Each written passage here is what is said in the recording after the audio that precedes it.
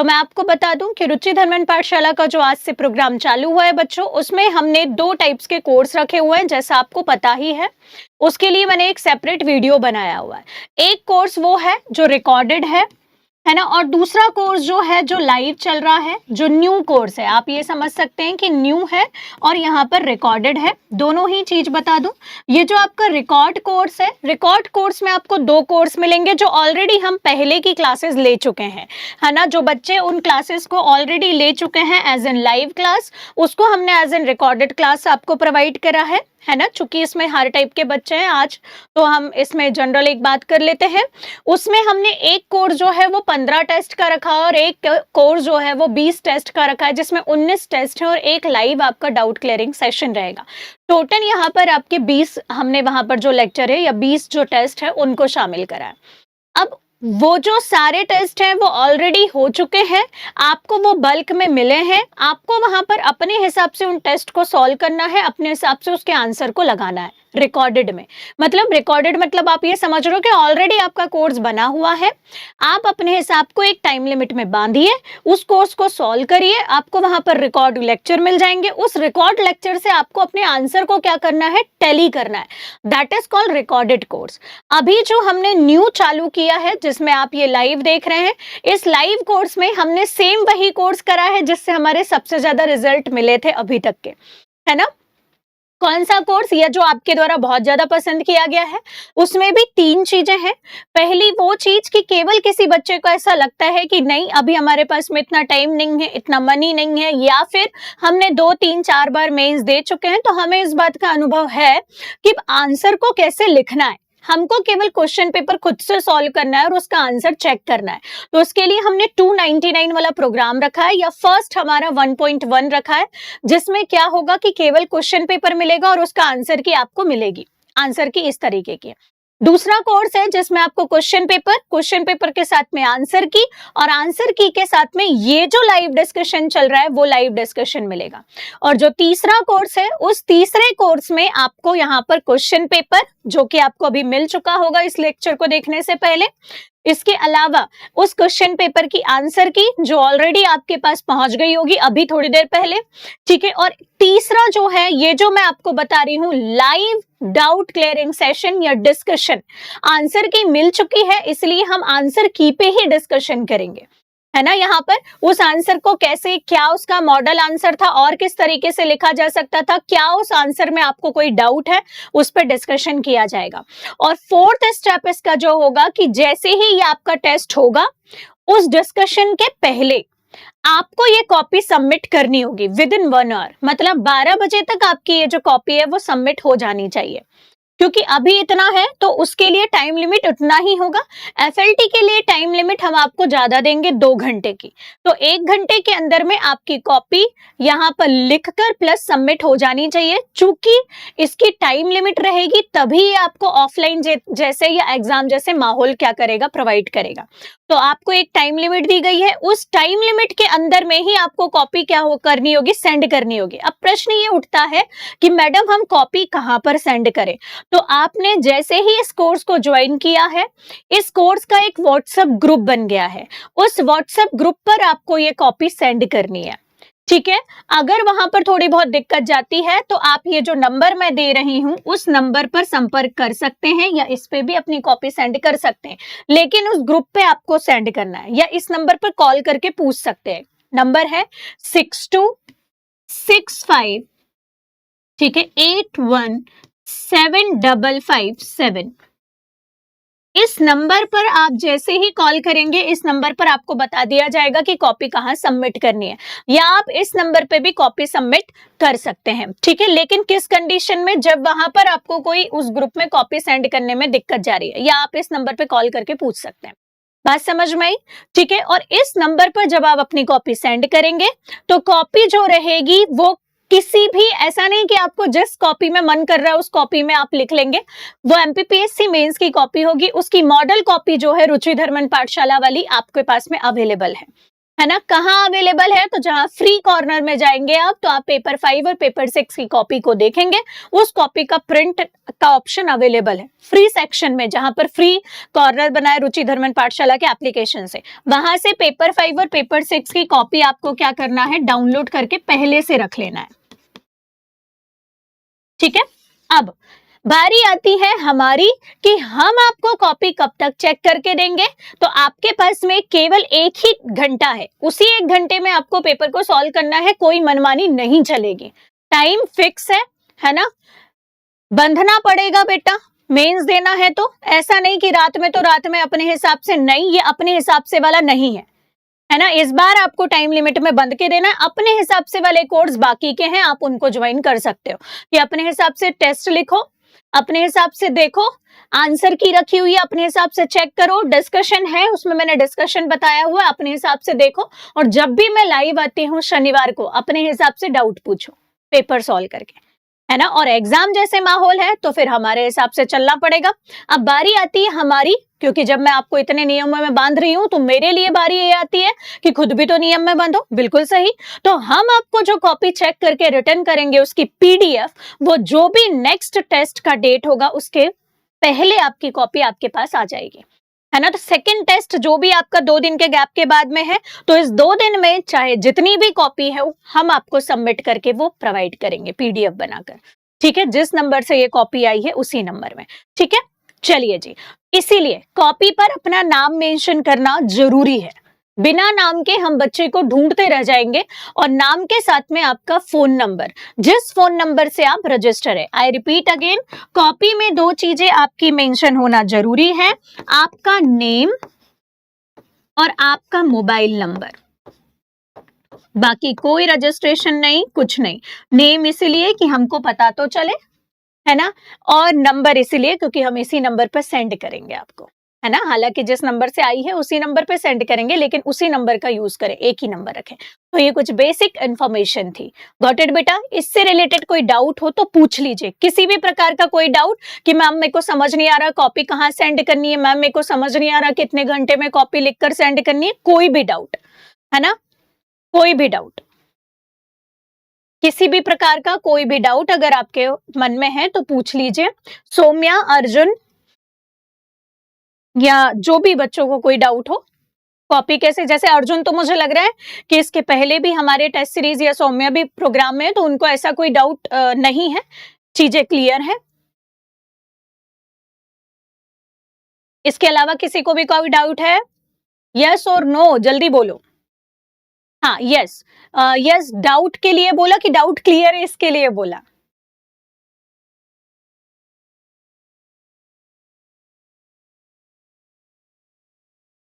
ठीक है, चलिए, डाउट क्लियर, ओके। सेशन को करते हैं हम कंटिन्यू। अब दूसरा स्टेप है कि पढ़े कैसे। तो देखो, अब जो बारी है ना बेटा, आ चुकी है आपके गले पर तलवार। आर या पार की लड़ाई खेलनी पड़ेगी, है ना। पढ़ना ही पड़ेगा, कोई रिप्लेसमेंट नहीं है, आपकी हेल्प करने कोई नहीं आएगा। कंडीशन वर्स्ट से वर्स्ट होंगी, लोगों को बुरा लगेगा, लगने दो, चिड़चिड़ी आएगी, आने दो। निकलो निकलो निकलो, निकलना है। क्योंकि जब तक तुम अपने आप को साबित नहीं करोगे, बार बार मोटिवेट करती हूँ, फिर मोटिवेट करूंगी और उसी मोटिवेशन से क्लास चालू करूंगी कि कोई हेल्प करने वाला नहीं है आपकी, आपको खुद आपकी हेल्प करना पड़ेगा, बल्कि उस हिसाब से आपको सक्षम बनना पड़ेगा। इवन रोना आएगा कि यार कहां के कहां माथा दे दिया मैंने इस काम को करने में, आएगा, रो, है ना। आपको ही बनना है डिप्टी कलेक्टर, आपको ही बनना है डीएसपी। क्यों बोल रही हो मैडम, इतने भजन से क्यों क्लास स्टार्ट कर रही हो? रीजन, ज्यादा टाइम नहीं बचा है मेंस को, है ना। 80 नंबर लाकर अगर प्रीलिम्स क्वालिफाई किया है तो अपनी मेहनत को मत जाने दो बेटा, सालों की मेहनत है ये। और 300 नंबर ये जो आपके हिंदी के है ना, डायरेक्ट पोस्ट दिलाएंगे डिप्टी कलेक्टर की, है ना। आम स्टूडेंट में आप लोग नहीं है, पहले से मान लीजिए, आप उन लोगों को पछाड़ के यहां तक आए हो। तो अपनी इस आधी मेहनत या आधी जर्नी जो आपने कवर कर ली है ना बेटा, अब पीछे नहीं हटना है। मोटिवेशन बना के रखो, आएगा रोना, मन नहीं करेगा पढ़ने का, हाथ में छाले आएंगे, फ्रस्ट्रेशन आएगा, आएगा, मेरे को भी आता है ना। मिलकर काम करेंगे। अब पढ़ने का क्या है, तो अब मैं आपको बिल्कुल कोई स्ट्रेटजी नहीं बताऊंगी कि कैसे क्या पढ़ना है। टाइम ही नहीं बचा है, आपके पास कुछ थोड़ा सा टाइम है, उसमें केवल 2 सेक्शन को आप कंप्लीट करिए। जो भी टेस्ट सीरीज दे रहे हो उसके अकॉर्डिंगली तो आप वो टॉपिक को कवर कर ही रहे हो, लेकिन उसके अलावा मैं आपको बोलूंगी वो जो शब्दावली वाला टॉपिक है ना बेटा, उस टॉपिक को डेली पढ़ो। डेली 10-10, 20-20 शब्दावली पढ़ना है आपको।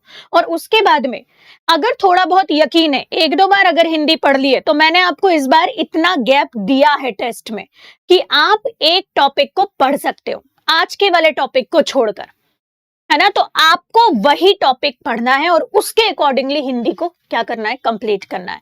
ठीक है, तो टॉपिक के अकॉर्डिंगली आपको क्या करना है, स्टडी करना है। इसीलिए ये क्वेश्चन पेपर डिजाइन किया गया है। बिना टॉपिक पढ़े आप टेस्ट नहीं देंगे। आग बरसे पानी बरसे, 3 दिन का आपके पास टाइम है, 2 दिन का आपके पास टाइम है, उस टॉपिक को पढ़ने का पढ़ो। क्योंकि आप कोई ऐसे परिवार के साथ नहीं रह रहे हो यहाँ पर, है ना। जो लोग परिवार के साथ रहकर पढ़ रहे हैं, सल्यूट है सर। मैनेज करना पड़ेगा, अपन को ही करना पड़ेगा। चीजें हमारे लिए कई बार नई भी होंगी, है ना। तो जैसे भी है आप मैनेज करना पड़ेगा, पढ़ना पड़ेगा, है ना। इस स्थिति से हमको खुद ही निकलना पड़ेगा, कोई नहीं आने वाला, बस इतना समझ लो। तो यह शब्दावली आपको डेली पढ़नी है और टॉपिक के अकॉर्डिंगली छोटे से जो टॉपिक है उनको आप कंप्लीट। बस समझ में आई, केवल 3 दिन के छोटे छोटे टास्क। बाकी आप जीएस का जो पढ़ रहे हैं वो पढ़ेंगे, इसके अलावा कुछ भी नहीं बोलूंगी, कुछ भी नहीं। समझदार हो आप, ठीक है। अब यहां पर मैं आपसे ये बोलूं कि पेपर को लिखना कैसे था, तो मॉडल आंसर कॉपी देखी क्या, ये बताओ, है ना। मॉडल आंसर कॉपी देख लिया होगा। 25 क्वेश्चन आज आपको दिए थे, 25 क्वेश्चंस का आपका यहां पर डिस्कशन करना है, जिसमें से हमारा पहला क्वेश्चन था, ठीक है। पहला क्वेश्चन विजिबल है, यस और नो, देख लीजिएगा। आपकी आंसर कॉपी यहां पर खुली हुई है।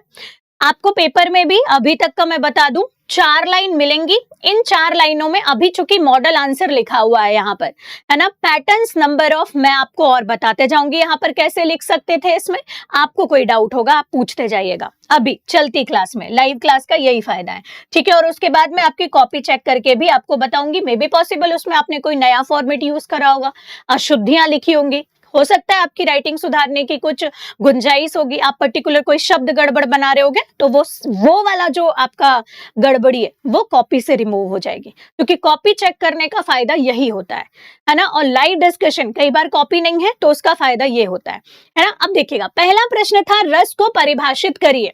नहीं दिया इसने यहाँ पर कि किसके अनुसार रस को परिभाषित करना है, क्या करना है, आप अपने मन से लिख सकते हैं। आपको आचार्य भरत मुनि की परिभाषा अच्छी लगती है, आपको आचार्य मम्मट की परिभाषा अच्छी लगती है, आपको आचार्य विश्वनाथ की परिभाषा अच्छी लगती है, आप लिख सकते हैं। लेकिन मैं रिकमेंड करती हूं कि आपको जब परिभाषा पूछ रहा है ना, तो क्यों ना उसी व्यक्ति की परिभाषा लिखी जाए जिसने रस के लिए यहां पर सबसे ज्यादा जाना जाता है। यह रस निष्पत्ति सिद्धांत सूत्र जो है बेटा, जिसका चलता है ना। तो अब यहां पर अगर मैं बात करूं तो वो व्यक्ति कौन है, भरत मुनि। तो हमने स्टार्ट यहीं से करा कि आचार्य भरत मुनि के अनुसार। तो अब मैं पूरी लाइन नहीं लिखूंगी कि आचार्य भरत मुनि के अनुसार, देखो मैंने यहां पर जगह बचा ली। भरत मुनि डैश विभावानुभाव व्यभिचारी संयोगाद्रस निष्पत्ति, अर्थात विभाव अनुभाव और व्यभिचारी भाव के संयोग से रस की निष्पत्ति होती है या उत्पत्ति होती है, या इसका संयोग ही क्या कहलाता है, रस। और रस को परिभाषित किया, खत्म। अब चूंकि क्लास ज्वाइन करा है तो कुछ तो एक्स्ट्रा मिलेगा। अब यहां पर जब आप परिभाषा लिख देते हो ना बेटा, तो अब आपके पास अगर स्पेस बचा है तो बकायदा लिखो यहां पर रसों की संख्या बराबर किसके अनुसार चल रही है।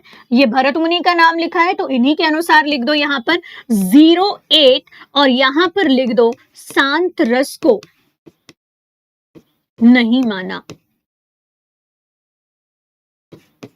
है ना। और मानक रूप से लिख दो रसों की संख्या कितनी है, 09, ठीक है। और किसी भी एक रस का अब यहां पर उदाहरण लिख दीजिए। बाकी को यही लगेगा कि रस को परिभाषित करने लिखा है तो केवल हम परिभाषा लिख देते ना, काम खत्म। बिल्कुल सही, कुछ भी गलत नहीं है।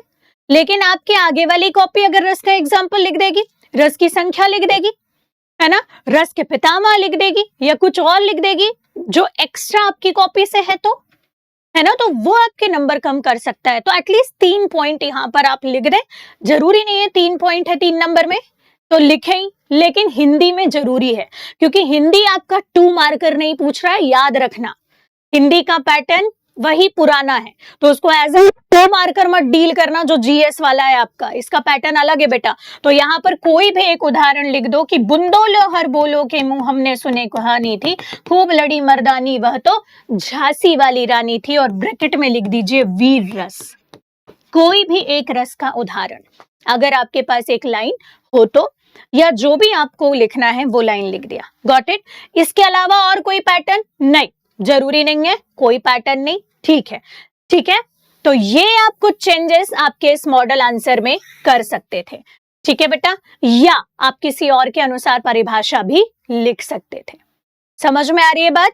दूसरा प्रश्न हमने यहां पर दिया था, कायिक अनुभाव से क्या समझते हैं। देखिए, मुझे ये लगता है बेटा इसने रस पूछा है और छंद पूछा है। तो आप देखो, पहले अगर आप अलंकार की क्लास पढ़ते थे तो अलंकार को अगर आप देखो इसने पूछा था, तो पहली बार से ही अलंकार के अंदर के जो सब टॉपिक हैं या सब प्रकार हैं या अलंकार के जो भेद हैं या उपभेद हैं, उनको भी इसने पूछा है ना। तो अब रस और रस के अंग ये आपके सिलेबस में साफ साफ मेंशन है, याद रखिएगा। तो आप इस वाले चीज को, रस के जितने भी अंग हैं, जितने भी भाव हैं, चाहे वो कायिक हो, अनुभाव हो, विभाव हो, सात्विक भाव हो, व्यभिचारी भाव या संचारी भाव हो, संचारी भाव के पूरे 33 प्रकार हो, और 34वां और 35वां संचारी भाव किसने दिया, क्या अर्थ है, उन सबको प्रिपेयर करेंगे। मैडम इतना सारा? जी हाँ, है ना, क्योंकि ये मैंने अनुभाव में से आपको केवल कायिक अनुभाव पूछा, वाचिक अनुभाव आ चुका है, तो इनको डिटेल में पढ़ना है। कायिक, कायिक मतलब अगर आप बोले, जब भी आपके शरीर में जो अनुभव, मतलब क्या होता है, अनुभाव मतलब क्या होता है कि जब कभी भी, जब आपके शरीर के अंदर जो जो क्रियाएं होती हैं, कई बारी आप, जैसे आपको अभी गुस्सा आ रहा है, तो 2 टाइप से आप गुस्से में आपके अंदर शारीरिक प्रतिक्रियाएं होंगी। एक तो बोलकर कि अब तेरी ऐसे ऐसे करके, है ना, तो वो वाचिक हो गया, क्योंकि बोलकर आपने बोला। Got it? दूसरा क्या होगा, कायिक, मतलब अगर आप बोलो कि तूने बोला कैसे है, ढिशुम ऐसे करके, तो ये क्या हुआ, आपके शरीर में कुछ हुआ। तीसरा अनुभव ये होगा, गुस्सा आया तो सामान पटक रहे हो, है ना, और क्या होगा, इससे रोंगटे खड़े हो जाएंगे, आंखें बिल्कुल लाल हो जाएगी, ऐसे दांत से कनकनी कराओगे। तो ये आपके शरीर में जितनी भी प्रतिक्रियाएं होती हैं, जो अनुभव स्थायी भाव के आने, मतलब रस के कारण आपके शरीर में क्या होते हैं, घटित होते हैं, उसे ही अनुभाव कहा जाता है। ये अलग अलग से घटित होते हैं, इस हिसाब से इसके अलग अलग प्रकार बनाए गए। तो यहां पर पहला प्रकार पूछा है कायिक। तो ये कायिक अनुभाव क्या होता है कि जो विचार या चेष्टाएं शरीर के अंगों से किसी यत्न के द्वारा, एक्टिविटी के द्वारा क्या होती हैं, प्रकट होती हैं। जैसे भय से क्या होना, भाग जाना, मतलब आपका शरीर जो है वो गतिशील अवस्था में दिखेगा। बात समझ में आई? उसे कहा जाता है कायिक। वाचिक मतलब बोलकर आप क्या कर रहे हो, प्रतिक्रिया दे रहे हो। आहार्य मतलब यहाँ पर क्या आ जाएगा, जब वेशभूषा के माध्यम से वो चीज क्या हो रही है, प्रकट हो रही है।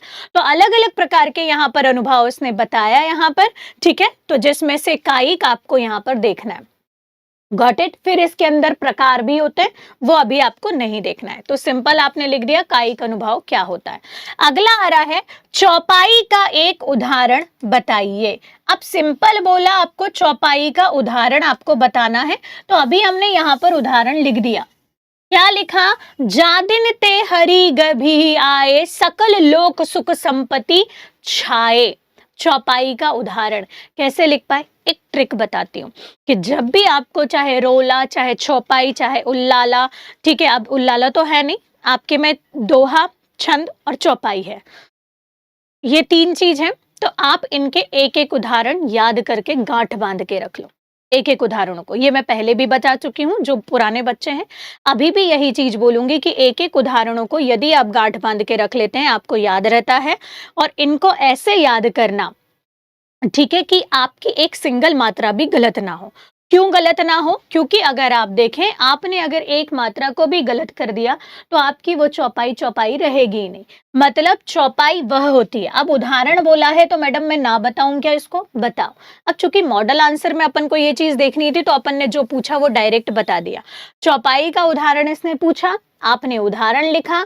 आपको करना क्या है बेटा? मात्रा गिननी है। आप जब मात्रा गिनेंगे तो आप मात्रा पाएंगे कि 16 16 16 मात्राएं दिख रही हैं और उसके बाद आप लिखेंगे कारण।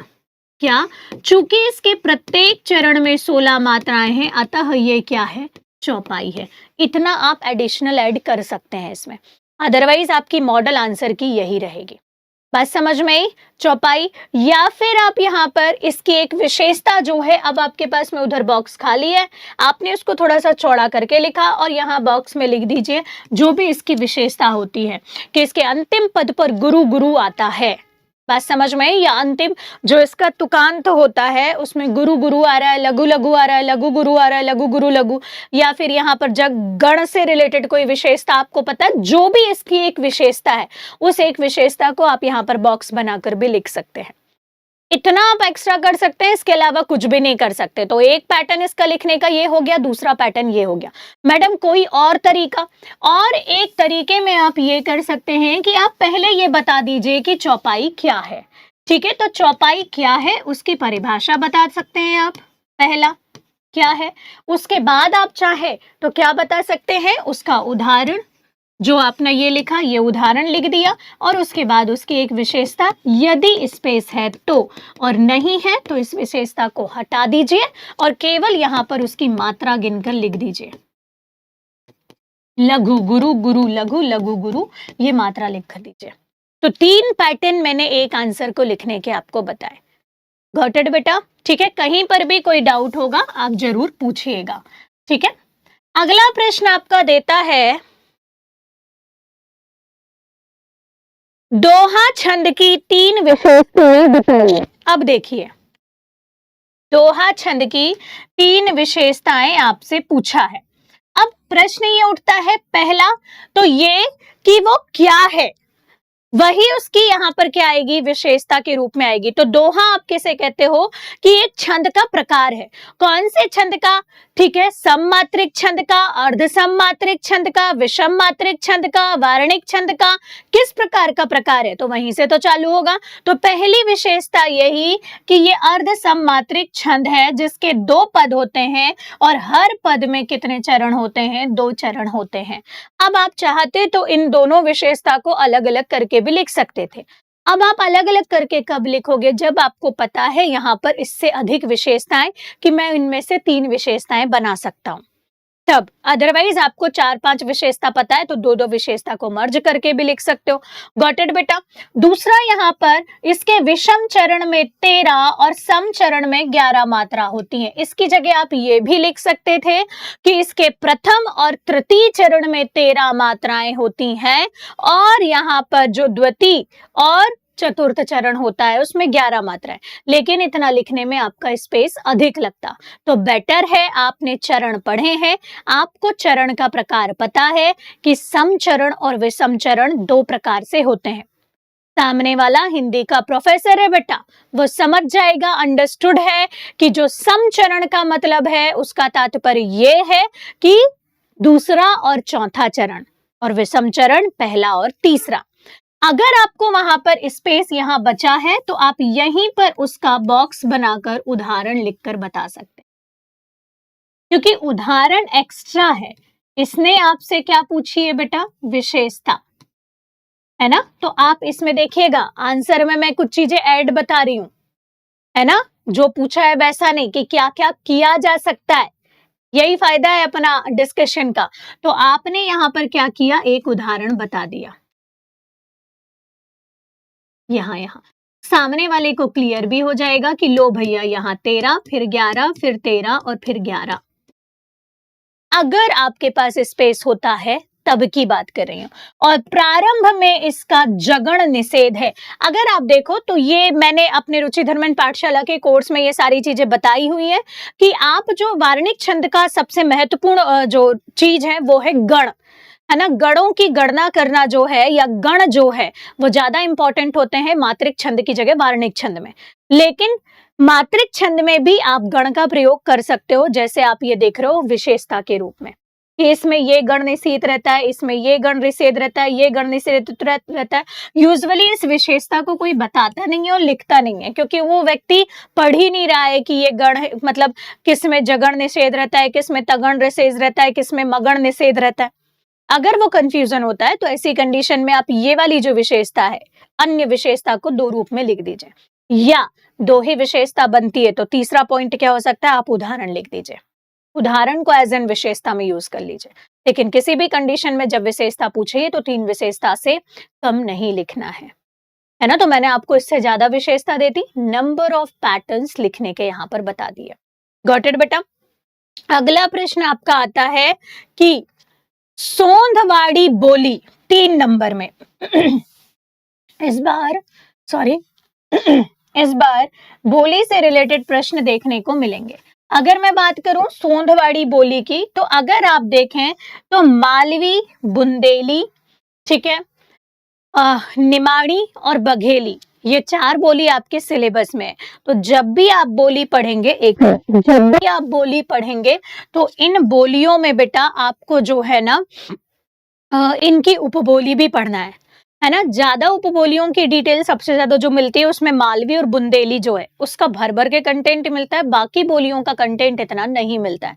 तो टेंशन नहीं लेना है, प्रश्न भी जहां पर कंटेंट ज्यादा अवेलेबल है वहां से बनेंगे, ठीक है। और अगर बाकी की बोली चूंकि सबके लिए नया है मीन्स अगर उससे बहुत ज्यादा टफ प्रश्न बनते हैं तो उसके लिए परेशान नहीं होना है, ठीक है, वो किसी को नहीं बनेंगे, ठीक है। तो अब आ रहा है सोंधवाड़ी बोली, फेमस है। अगर आप देखें तो सेंधवा प्रदेश मालवा का, है ना। अगर यहाँ देखें तो चंबल से लेकर काली सिंध नदी जो है ना, चंबल और काली सिंध नदी के जो बीच का प्रदेश होता है वास्तव में उसे कहा जाता है यहाँ पर सेंधवा वाला प्रदेश, है ना, यह सेंधवाड़ वाला प्रदेश, जहां पर इसका संबंध जो है मालवा के सेंधवा राजपूतों से था। उस पर्टिकुलर एरिया का नाम ये रखा और उनके द्वारा जो बोली बोली जाती थी वो जो राजस्थान से थोड़ा रिलेट होती थी, और ये राजस्थान से ही ओरिजिन मालवी बोली का माना गया है, ठीक है। माना गया क्या है वहां पर जो हिंदी विद्वानों और George Grierson, doctor Dhirendra Verma के शोध ने ये चीज बताया है, तो उन्होंने ये नाम रखा और ये बोला कि ये मालवी की एक उपबोली है जो सेंधवा प्रदेश में बोली जाती है ना। तो आपने यही लिखा कि मालवी की एक उपबोली जो सोंधिया राजपूत समाज के द्वारा बहुलता से जानी जाती है, जिसका विस्तार उज्जैन, शाजापुर, पूर्वी मंदसौर से राजस्थान के झालावाड़ तक है। तो ये सेंधवा प्रदेश के अंतर्गत बोली जाती है मालवी बोली की छोटी सी एक उपबोली है। इसके अलावा मालवी की और भी उपबोली है, वो आपको यूज करना है। चूंकि बोली की उपबोली पूछा इसलिए यहां से स्टार्ट करना है ना। थोड़ा सा 1-2 प्रश्न जो लिए हैं जो बन सकते हैं डीपली वो भी लिए उपबोली से,